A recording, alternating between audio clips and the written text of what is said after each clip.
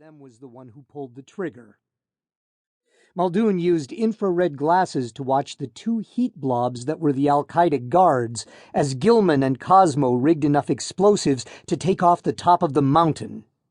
There was no doubt in his mind that before the sun rose, this cave was going to be history. The only slightly snarky moment came when one of the guards, the bigger one about Muldoon's own height and weight, left his post to take a leak, heading right for where Cosmo was hidden. Their orders tonight included a warning not to let the enemy know that they were on the ground. The fact that they were going after this specific target would be concealed by carpet bombing in the area scheduled to begin at 03:53. The intent was to make it look as if the cave had been taken out by a couple of lucky hits from a random airstrike, rather than as a result of spec-op ground forces.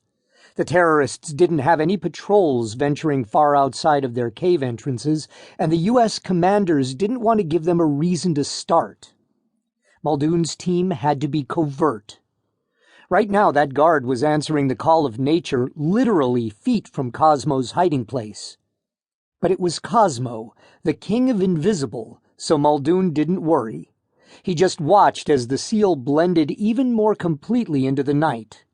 The guard could have peed right on his head and Cosmo wouldn't have moved an inch. Finally, after an interminable amount of time, what had that guy been drinking? The guard went back to his post and to stomping his feet to keep them warm. The rest of the op went like a dream. The second entrance was just where they'd expected it to be. Natural fissures and cracks used for venting the cave were marked. No other entrances were found. This was going to work. They were going to help put this cave permanently out of business.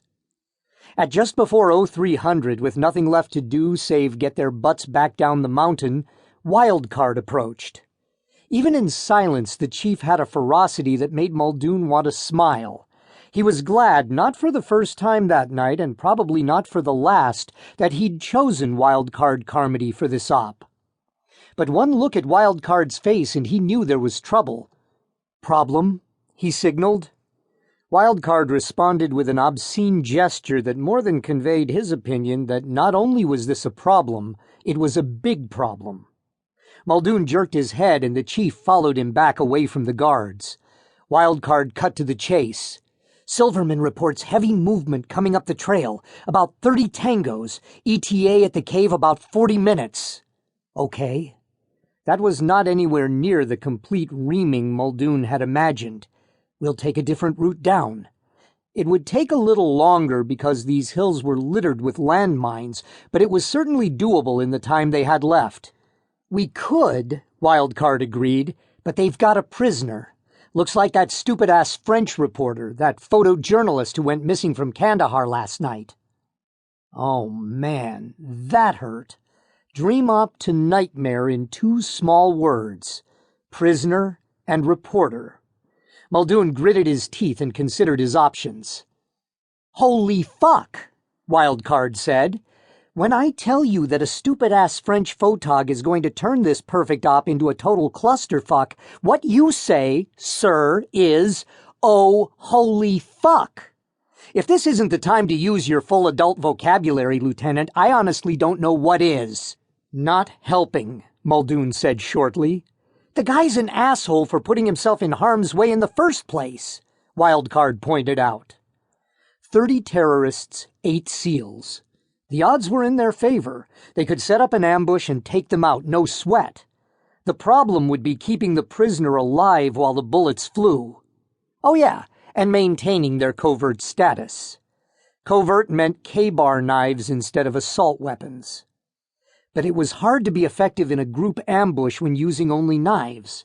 Of course, they could take the terrorists out quietly one at a time, but at some point one of them would notice their forces dwindling and shots would be fired.